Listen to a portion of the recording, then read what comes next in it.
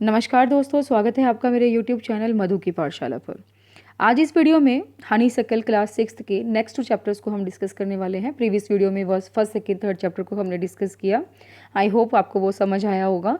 आज इस वीडियो में हम कर रहे हैं chapter number 4 an Indian American woman in space and chapter number 5 a different kind of school with short explanation, characters, theme and key points according to your HTET exam.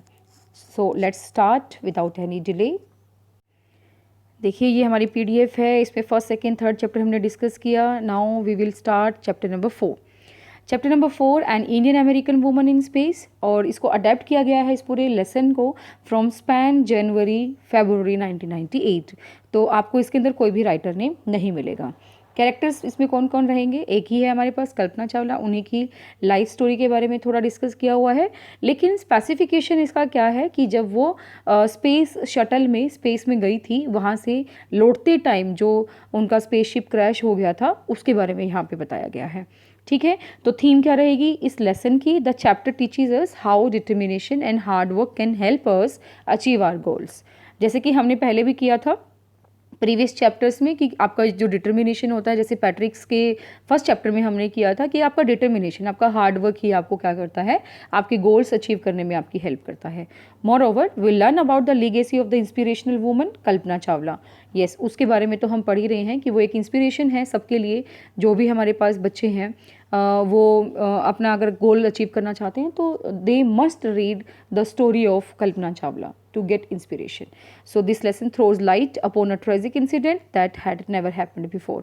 और ऐसा incident आज तक कभी नहीं हुआ है, ठीक है, और भगवान करे कभी फ्यूचर में भी ना हो, जिसमें 7 क्रू मेंबर्स थे और वो सारे के सारे जो है उनकी डेथ हो गई थी। तो ये ट्रेजिक इंसिडेंट जो होता है स्पेस शटल का, उसके बारे में इसके अंदर डिस्कस किया है चैप्टर में। तो की पॉइंट्स क्या बनते हैं, फर्स्ट से ले लेते हैं हम इसके कि Kalpana Chawla was born in Karnal, Haryana.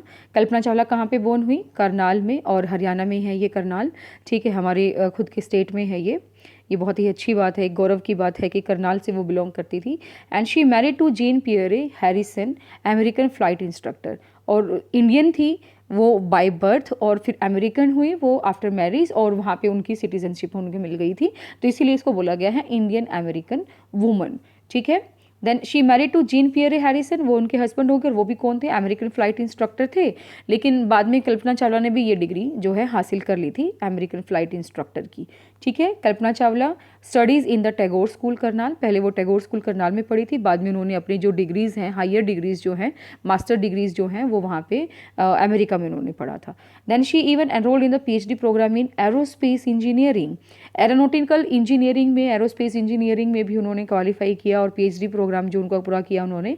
And soon Kalpana Chawla qualified as a pilot, उनको पायलट की डिग्री मिली, and she decided to apply for NASA, ठीक है, for a space shuttle program. ये सबसे बड़ी ब्रांच है हमारी वर्ल्ड की, जो हमारी साइंटिस्ट से जो है रिलेटेड है, ठीक है, and she decided to apply there. तो फाइनली इन 1994 में NASA selected Kalpana Chawla for training as an astronaut among others. ये बहुत ही बड़ी अचीवमेंट होती है कि नासा में उनको जो है सेलेक्ट किया गया, किस लिए? एस्ट्रोनॉट को ट्रेन करने के लिए, ठीक है, 1994 में किया गया। ये बात आप ध्यान रखेंगे, ये की पॉइंट्स इसके बनते हैं। And Indian American Kalpana Chawla the magic woman was part of the international crew board abroad in the US space shuttle Columbia. आपसे पूछा जाए कि what was the name of that spaceship, than space shuttle Columbia उसका नाम था, US space shuttle Colombia. उसमें जो है वो उसका पार्ट बनी, and becoming the first woman born in India to go into space. और वो जो है पहली इंडियन वुमन बन गई थी जो स्पेस में गई थी। ठीक है, the space shuttle lifted off from the launch pad at Cape Canaveral Florida on 16 January. और जो स्पेस शटल था उसने वहाँ से टेक ऑफ किया। कहाँ से किया था वो? Cape Canaveral Florida. कब किया था? 16 जनवरी को किया था। ठीक है, आप एक दो बार इसको गो थ्रू करेंगे तो आपको इजीली ये सारे पॉइंट्स याद हो जाएंगे, इतना टेंशन लेने की ज़रूरत नहीं है बिल्कुल भी। ठीक है, the first space mission of Kalpana in the space lasted for 15 years, 15 days, 16 hours and 34 minutes. Means how long did Kalpana Chawla stay in the space during that journey? तो आप बताएंगे वहाँ पे कि 15 days, 16 hours and 34 minutes long जो है वो वहाँ पे रुकी थी, और ये जो है सबसे लंबा टाइम था। It broke apart in flames on Saturday 1 फरवरी इन 2003। और वापस लौटते टाइम देखिए ये जनवरी 16 को जो है उन्होंने टुक ऑफ किया था एंड 1 फरवरी को वापस लौटते टाइम जो है उनकी डेथ हो गई थी। वो जल गया था वो ड्यू टू फ्रिक्शन। ये जो है माना जाता है कि जैसे ही उसने अर्थ के एटमॉस्फेयर के अंदर एंटर किया स्पेसशिप ने, तो वहाँ पे वो फ्रिक्शन पकड़ गया, ठीक है। और फ्रिक्शन पकड़ते ही जो है उसमें चिंगारी लगी और वो आग लगी और वो पूरा का पूरा जो है फ्लेम में जो है जल के राख हो गया। तो ये बहुत ही बड़ा एक कह सकते हो एक ट्रेजिक इवेंट हुआ था, ठीक है, जिसमें 7 क्रू मेंबर्स थे। इन हर क्रू देयर वर एस्ट्रोनॉट्स, बाकी तो यूएस के थे ही, एक हमारे पास कल्पना चावला हो गई और एक जो है जापान से भी थे और एक यूक्रेन से भी थे। तो टोटल हमारे पास कितने हो गए थे, 7 मेंबर्स हो गए थे। तो ये सारी की सारी हमारे पास जो की पॉइंट्स बनते थे वो इस चैप्टर से रिलेटेड थे। कहाँ पैदा हुए, किससे शादी हुई, कैसे कैसे उन्होंने डिग्रीज जो हैं वो हासिल की और कैसे वो नासा में एंटर किया और कैसे स्पेसशिप लेकर के वो गई हैं स्पेस शटल में और फिर लास्ट तक उनकी डेथ तक हमने इसको डिस्कस किया है। Now we will discuss about chapter number 5, a different kind of school, and the writer of this chapter is E.V. Lucas. very important, इससे questions बनते हैं आपके, ठीक है। कौन कौन से कैरेक्टर्स हैं इसके अंदर, वो हैं हमारे पास मिस बीम और द नरेटर। ये तो बहुत ही इंपॉर्टेंट कैरेक्टर्स हैं इसके, क्यों, क्योंकि इन दोनों के बीच में ही कॉन्वर्सेशन होता है, ठीक है। ज़्यादा कॉन्वर्सेशन किसके बीच में होता है, इन दोनों के बीच में होते हैं, मिस बीम और नरेटर के बीच में। मिस बीम कौन है, she is the principle of the school. जो भी प्रिंसिपल की इसमें बात की, जो स्कूल की बात की गई है इसके अंदर, a different kind of school, that different kind schools principal is miss Beam, okay. And the narrator who is the writer of this chapter E.V. Lucas, वो जो है वहाँ पे जाते हैं, ठीक है। उसके बारे में बात की गई है यहाँ पे। और द गर्ल, बाद में ये जो है इनके साथ इनकी कॉन्वर्सेशन होती है नरेटर की। एक गर्ल है 12 ईयर ओल्ड, उसका नाम यहाँ पे नहीं बताया गया है। देन उसके बाद कुछ कैरेक्टर्स ऐसे हैं जिनके बारे में थोड़ा रेफरेंस ही होता है, लेकिन वो पर्सनली इसके अंदर कॉन्वर्सेट नहीं करते हैं। कौन है, मिली है, एक हेड गर्ल है जिसका रेफरेंस होता है ओनली, पीटर है, एक गार्डनर है, ठीक है, और अनीता है, एक जो है वहाँ पे कोई गर्ल है जिसके बारे में पॉइंट आउट करके फिर कोई एक बात बोली जाती है। तो इस तरीके के हमारे पास कैरेक्टर्स इसके अंदर आ जाएंगे। स्टोरी क्या है इसकी मैं थोड़ा सा बता देती हूँ आपको।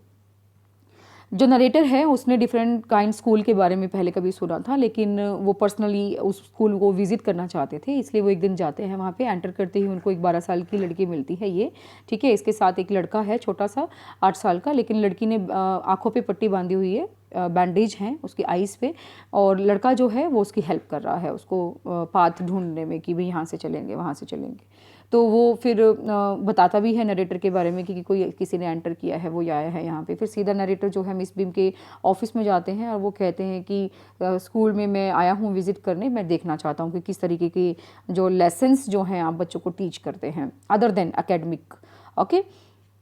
तो वो खिड़की के बाहर देखता है तो वो बोलती है कि मिस बीम की आप देखिए हमारे पास ये लेसन्स हम रीड कराते हैं बच्चों को, कि वो कहता है कि लेकिन मैं देख पा रहा हूँ कि कई बच्चे जो हैं यहाँ पे स्पेशली एबल्ड हैं। लेकिन वो मिस बीम जो कहती हैं कि ऐसा बिल्कुल भी नहीं है, कि वो सारे बिल्कुल नॉर्मल हैं, लेकिन उनको हर बार जो है एक नया दिन अब दिया जाता है परफॉर्म करने के लिए। किसी को ब्लाइंड डे दिया जाता है, किसी को लेम डे दिया जाता है, यानी कि वो बच्चा फिर पूरे दिन एक ब्लाइंड चाइल्ड की तरह बिहेव करेगा और दूसरे जो है उसको असिस्ट करेंगे, उसकी हेल्प करेंगे। तो दूसरा बच्चा है वो लेम डे, ठीक है, उससे कोई दूसरा है जो dumb day, then deaf day, injured day. इस तरीके से उनको जो है क्या किया जाता है, ट्रेन किया जाता है, ताकि वो जो है दूसरों की डिफ़िकल्टीज़ को समझ पाएँ और हेल्पफुल हों उनके प्रति, ठीक है।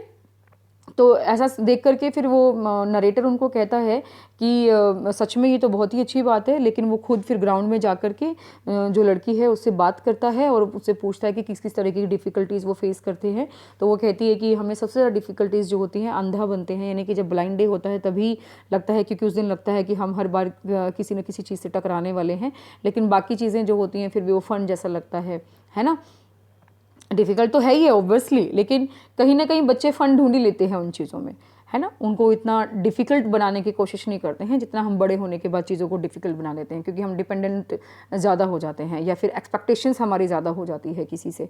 यहाँ पे बच्चे हैं तो उसको वो उसी तरीके से डील करने की कोशिश करते हैं, ठीक है। ये चीज़ समझ में आई।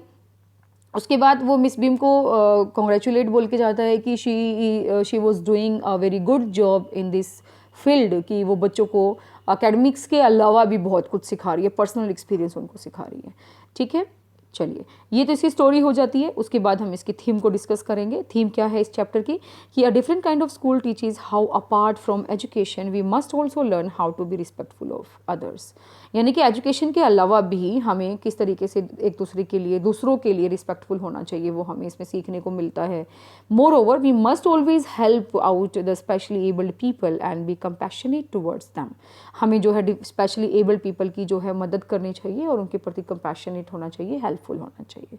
ठीक है, चलिए उसके बाद हम बात करते हैं we must be grateful for what we have and make the most of it. और उसके बाद जैसे कि अब हम नॉर्मल हैं, हमारे सारे शरीर के अंग जो हैं अच्छे से काम कर रहे हैं, तो इसके लिए हमें ग्रेटफुल होना चाहिए भगवान का, कि हमें भगवान ने इतना अच्छा लाइफ दिया है कि हम किसी के ऊपर डिपेंडेंट नहीं हैं, हम अपने काम खुद कर पा रहे हैं, या फिर हमें वैसी वाली फीलिंग नहीं आती है जो उन बच्चों को स्पेशली आती है। ठीक है, और हमें उनको इतना ज़्यादा ठीक है डिमोरलाइज भी नहीं करना चाहिए, ये बार बार बोल के उनको अपनी ज़िंदगी अच्छे से जीने देना चाहिए। बार बार उनको ये रियलाइज़ कराने की जरूरत नहीं है you are specially abled people. Okay, चलिए की पॉइंट्स क्या हैं। The students had to perform some special days like one deaf day, one blind day, one dumb day, one lame day and one injured day. तो ये days उसमें अंदर आते हैं हमारे पास।